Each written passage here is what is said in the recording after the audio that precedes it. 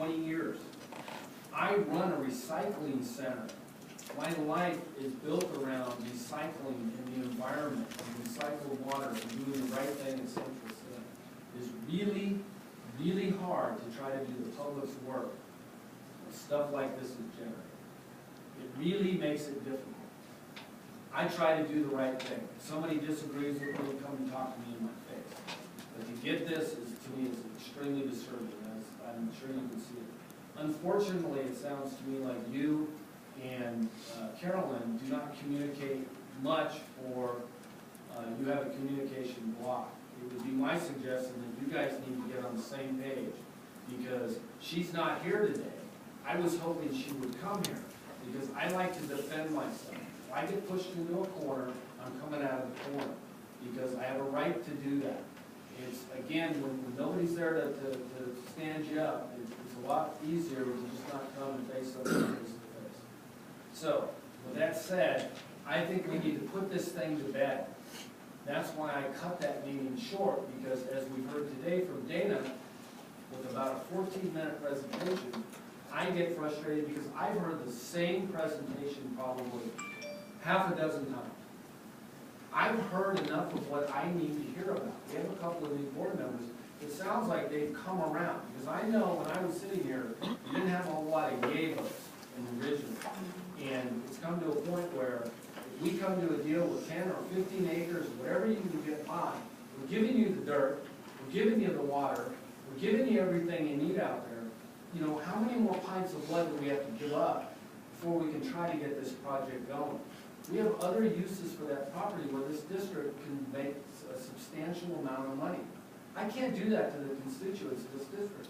Well, it's great, we got a farm, that's great.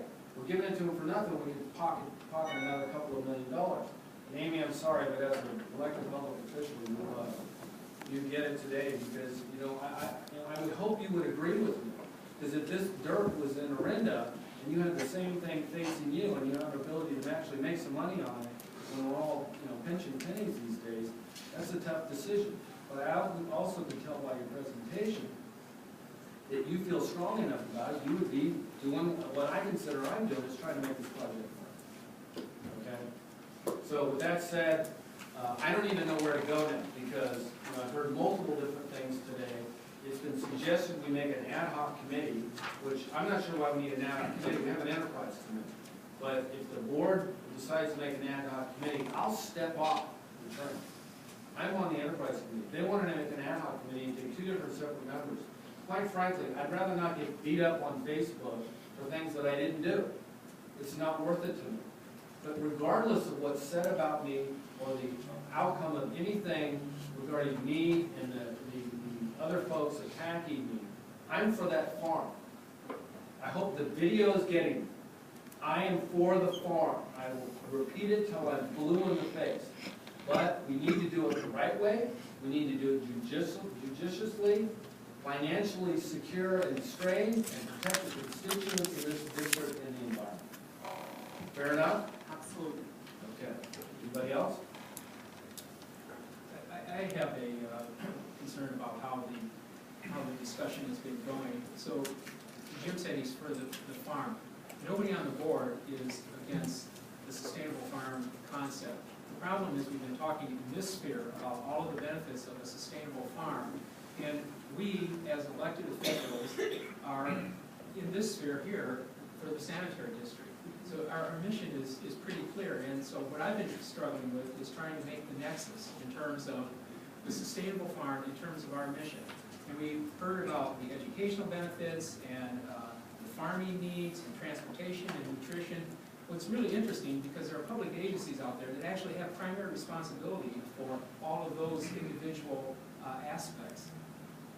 We're those public agencies with a proposal that came to Central San and say, why don't we partner? You have land, we have responsibility for this. So it's easy for one public agency, when they don't have skin in the game, to look at another public agency and say, why don't you do that? The other thing is, these assets that we have here are not ours.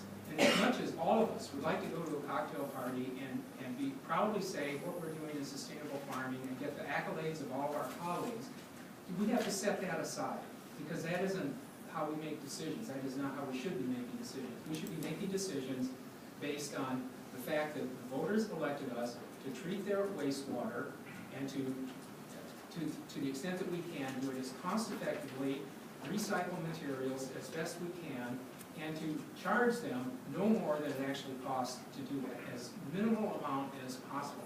That's what they elected us to do. So we make decisions every time we have a board meeting about trying to do those things within the bounds of that, and then something like this comes up, and I mean, it's easy enough for us to say, well, yeah, I think I'll just take the mandate from the voters and extend it a little bit further because I think it's a good idea. I take that very seriously in terms of what the voters expect of me to how I make decisions up here. So I'm trying to get to the nexus. And initially, I was very dubious about the farm.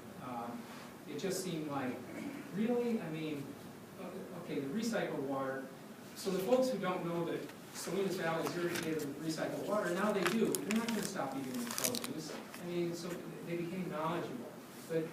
And Tad's point about being on the firing line, 20 years ago, things have changed dramatically with recycled water in 20 years. The amount of recycled water that is actually going to be utilized here is a drop in the bucket in terms of the water that we produce. So I understand the recycled water nexus, and that is, because we do have a resource in terms of the treated wastewater. I understand that. You get into these others, and they become more and more far afield from what we are actually supposed to be doing and making decisions based on the mission and the money that we collect and the assets that we have at our disposal. I agree with Jim. We've got a significant asset here that will bring in millions of dollars, and we're in the process of raising rates quite significantly. It's in the newspapers. So to say we shouldn't utilize that asset or we shouldn't utilize all of that asset, I think that's a real issue for me. But in listening to this and going over it in my own mind, Jim said that the enterprise committee came up with this 5-acre and 5-acre thing. I mean, as a demonstration, if it can be proved up that it actually is workable, maybe that's something that we consider. But I mean, that's where I'm at. Anybody else? Okay, thanks. So do we need a vote? Can I make a motion? And it may take me a little bit to craft this. And I maybe want to do this in the form of two motions. In other words, I don't want to address the ad hoc committee versus the enterprise committee in the first motion. And when I do get around to the second motion, or we get a consensus of the board, should it be an ad hoc committee or should it be an enterprise committee item, is I wouldn't propose everything be brought back to that committee, only if there can't be an agreement between the farm proponents and staff that an item be brought back. But let's do the motion related to the land itself, and that is staff has recommended items 1, 3, and 4. Item number 2 dealing with the ad hoc committee.